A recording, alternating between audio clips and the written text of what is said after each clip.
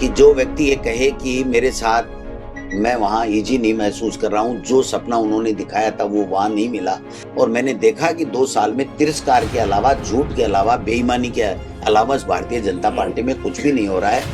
उन्होंने उनकी गाड़ी को रुकवाया पुलिस के माध्यम से और उनको कहा कि एक बार मुख्यमंत्री जी से आप बात करो। उन्होंने मना किया तो उन्होंने कहा आपको बोर्ड कॉर्पोरेशन में बना रहे हैं, आप मत जाओ। और उसके बाद में वो जब नहीं माने तो फिर पीछे के पीछे उनके एसीबी की रेड पड़ जाना। पूर्व मंत्री महेंद्रजीत सिंह मालवीय के ठिकानों पर हुई एसीबी की कार्रवाई, एसआईआर के तहत मतदाता सूची में कथित गड़बड़ी और बाड़मेर बालोतरा जिले की सीमाओं में बदलाव को लेकर प्रदेश की राजनीति गर्मा गई है। बाड़मेर बालोतरा जिलों की सीमाओं में बदलाव के विरोध में चल रहे प्रदर्शन में शामिल होने के लिए प्रदेशाध्यक्ष गोविंद सिंह डोटासरा आज बाड़मेर पहुंचे। इस दौरान बाड़मेर सर्किट हाउस में मीडिया से मुखातिब हुए। इस दौरान गोविंद सिंह डोटासरा ने महेंद्रजीत सिंह मालवीय पर हुई एसीबी की कार्रवाई को लेकर प्रदेश सरकार पर जमकर तंज कसा। डोटासरा ने क्या कुछ कहा, आप भी सुनिए। देखिए, ये इससे बड़ा लोकतंत्र को कमजोर करने वाली कोई बात हो नहीं सकती, इससे ज्यादा निंदनीय कोई बात हो नहीं सकती कि जो व्यक्ति ये कहे कि मेरे साथ मैं वहाँ इजी नहीं महसूस कर रहा हूँ, जो सपना उन्होंने दिखाया था वो वहाँ नहीं मिला और कांग्रेस पार्टी ही सही पार्टी है। मैं वापस अपनी मात्र पार्टी में, कांग्रेस पार्टी में आना चाहता हूं, जहां मुझे सब कुछ मान सम्मान मिला और मैंने देखा कि 2 साल में तिरस्कार के अलावा, झूठ के अलावा, बेईमानी के अलावा इस भारतीय जनता पार्टी में कुछ भी नहीं हो रहा है। तो ऐसे में उसको जाने से पहले एक बात और बता रहा हूँ, वहां के आईजी हैं गौरव श्रीवास्तव, उन्होंने उनकी गाड़ी को रुकवाया पुलिस के माध्यम से और उनको कहा कि एक बार मुख्यमंत्री जी से आप बात करो। उन्होंने मना किया तो उन्होंने कहा आपको बोर्ड कॉर्पोरेशन में बना रहे हैं, आप मत जाओ। और उसके बाद में वो जब नहीं माने तो फिर पीछे के पीछे उनके एसीबी की रेड पड़ जाना। मेरे यहाँ भी चुनाव के नॉमिनेशन को 2 दिन पहले ईडी आई थी।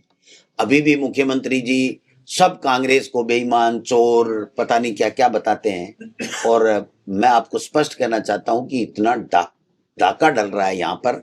ब्यूरोक्रेसी वन वे भ्रष्टाचार में लिप्त है। यहाँ के जनप्रतिनिधि का तो कोई कहना ही नहीं है, कुछ है ही नहीं। मतलब वो तो एक मंत्री का, एमएलए का स्टेटस ही नहीं रख पा रहे हैं, इसके नीचे लेवल तक ये भ्रष्टाचार में लिप्त हो गए हैं। जनता की कोई सुनवाई नहीं हो रही है, केवल बीजेपी के कार्यालय में सिलेक्टेड बीजेपी के पदाधिकारियों की बात की जाती है और वहां भी मंत्री जाते नहीं हैं। इवेंट बाजी चल रही है, इवेंट के अलावा कुछ भी नहीं है। खेलो इंडिया हुआ, इवेंट हुआ, लोग नहीं आए। अभी युवा महोत्सव हुआ, इवेंट हुआ, लोग नहीं आए।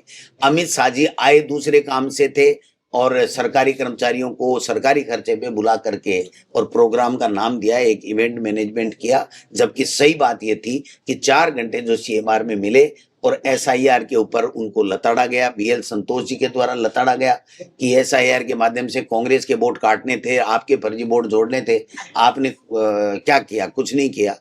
तो ये सारी बातें वहां पर मैं समझता हूं कि तो ये जो इस तरीके के लोगों को पर्चियों से बैठा करके, कमजोर लोगों को बैठा करके इस लोकतंत्र को कमजोर कर रहे हैं, अपनी दादागिरी चला रहे हैं। अगर कोई अच्छा आदमी, जनता का प्रिय आदमी अगर इन कुर्सियों पे बैठ जाता है तो वो उनकी गलत बातों को 100% नहीं मानेगा। लेकिन हमारा राजस्थान का दुर्भाग्य है कि मुख्यमंत्री कुछ भी नहीं है और वो जो कहते हैं उस तरीके से वो संचालित हो रहे हैं दिल्ली की पर्ची से। ये हमारा प्रदेश का दुर्भाग्य। सर, बालोतरा जैसे जिस तरीके से गुड़ावल्लानी और धुरिंगा को शामिल किया गया, क्या लगता है कि क्या कांग्रेस को कितना नुकसान होगा? अब आपको लगता है कि धरना प्रदर्शन से कुछ होने वाला है? जब जनगणना चल रही है, मई 2027 तक कुछ हो नहीं सकता है, क्या कोई टारगेट पूर्ण जाति को किया गया? कांग्रेस पार्टी हमेशा जनता क्या चाहती है, जनता की सहूलियत किसमें है उसके ऊपर जाती है, न कि वोटों की राजनीति करती है। हमारा ये उद्देश्य नहीं है किसको नफा होगा, किसको नुकसान। अगर हमारी जनता ये कह रही है कि हमारे लिए ये नुकसानदायक है, हमको परेशानी की गई है, हमको हमारे लिए गलत किया गया है, तो हम जनता के साथ में हैं। इसलिए केवल वोट की राजनीति कांग्रेस की संस्कृति नहीं है, कांग्रेस का ईमान नहीं है। वो जनता क्या कहती है। और कांग्रेस पार्टी हमेशा पारदर्शिता के साथ में 36 कौमों को लेकर इसी चलती है, क्योंकि उसकी आइडियोलॉजी महात्मा गांधी जी की आइडियोलॉजी है और इनकी नाथूराम गोडसे की आइडियोलॉजी है, जिसके वो पोषक हैं। और उनको मना कर दिया, नाथूराम गोडसे को कोई बात नहीं जमी तो गोली मार दी महात्मा गांधी जी को। उस तरीके की विचारधारा के लोग हैं, इसलिए इनकी और हमारी विचारधारा में फर्क है। मैं तो ये कहता हूं कि जनता ये कहती है कि हमारे लिए ये ठीक नहीं है, हमारे साथ में धोखा हुआ है, हमारे साथ में बेईमानी हुई है, हमें परेशानी हुई है। तो हमारा धर्म बनता है सब कांग्रेस के लोगों का कि वोट की राजनीति नहीं करके हम उस जनता के साथ में खड़े। आपने सर गृह मंत्री की बात की, तो गृह मंत्री ने सीधे तौर पर जोधपुर में कहा कि ये पहली दफा होगा कि जब गहलोत सरकार थी तो रोज पेपर लीक होते थे, लेकिन इस सरकार के अंदर एक पेपर लीक नहीं हुआ, 43 परीक्षाएं करवाई गई अब आप और बताइए। पारदर्शिता से। और आप शिक्षा मंत्री भी रह चुके हैं, आप पर भी जैसे हनुमान बेनीवाल आरोप लगा रहे हैं, शिक्षा मंत्री आरोप लगा रहे हैं। हनुमान बेनीवाल तो आप पर सीधे तौर पर मिड डे मील को लेकर आरोप लगा रहे हैं, 2,500 करोड़ का घोटाला। कोई बात नहीं, तो वो तो वहीं बैठते हैं दिल्ली में, कर लें जांच। उन्होंने तो लोकसभा में भी उठाया था, आगे भी उठाए, FIR लॉन्च हो गई है, जांच करें। ये सवाल ये नहीं है, कोई घोटाले वोटाले नहीं है। जब 70 IAS पेमेंट करते हैं वेरीफाई करके, 70 कलेक्टरों ने पेमेंट किया है और 40 ट्रेजरी ऑफिसरों ने उस पेमेंट पे हस्ताक्षर किए हैं, 44 CO ने उस पे हस्ताक्षर किए हैं, 1000 से ज्यादा CBO ने उस पे हस्ताक्षर किए हैं और हजारों की संख्या में PO जो प्रधानाचार्य हैं उन्होंने वेरीफाई करके काम किया है। 3 साल पहले जब ये विपक्ष में थे और 2 साल ये, 5 साल में एक दिन चर्चा नहीं और अचानक FIR होकर के और ये जांच की बात कर रहे हैं। तो जांच को मना कौन कर रहा है? दूध का दूध पानी का पानी हो जाएगा। ये केवल भय फैला करके और अपने किए गए इस 2 साल के घोटालों को छिपाना चाहते हैं, बेईमानी को छिपाना चाहते हैं। इसके अलावा कुछ भी नहीं है, केवल भय की राजनीति बीजेपी करती है। इससे कोई इनकी राजनीति से डरने वाला नहीं है। राजनीति में आरोप तो कोई कुछ भी लगा सकता है साहब, और सरकार इनकी है तो करो ना कार्रवाई। अगर कोई बेईमान है तो उसके खिलाफ कार्रवाई करने के लिए कौन मना कर रहा है? आप CBI से जांच कराओ, ED से भी करा ली, दोबारा ED से। इस मिड डे मील में ED, इनकम टैक्स सब जांच कर चुका, उसमें कुछ नहीं मिला, इनको मिल जाएगा। आप देखना, ढाक के 3 पात कुछ भी नहीं मिलेगा। अगर कोई बेईमानी पकड़ते भी है तो पकड़े ना, मना कौन कर रहा है? लेकिन ये ऐसे डरा रहे हैं जैसे 2G स्पेक्ट्रम, कोलगेट, कहाँ गए वो? सरकार लाने के लिए उन्होंने षड्यंत्र किया और षड्यंत्र करके सरकार खत्म कर दी और अपनी सरकार ले आए। इसके अलावा कुछ नहीं। आज 2G स्पेक्ट्रम और कोलगेट में कोई दोषी नहीं है। SI भर्ती हमारे ऊपर आरोप लगाया था, पेपर लीक हो गया। आज यही सरकार कह रही है कि SI भर्ती तो सही है, कोई दिक्कत नहीं है, एक पेपर आउट हुआ था।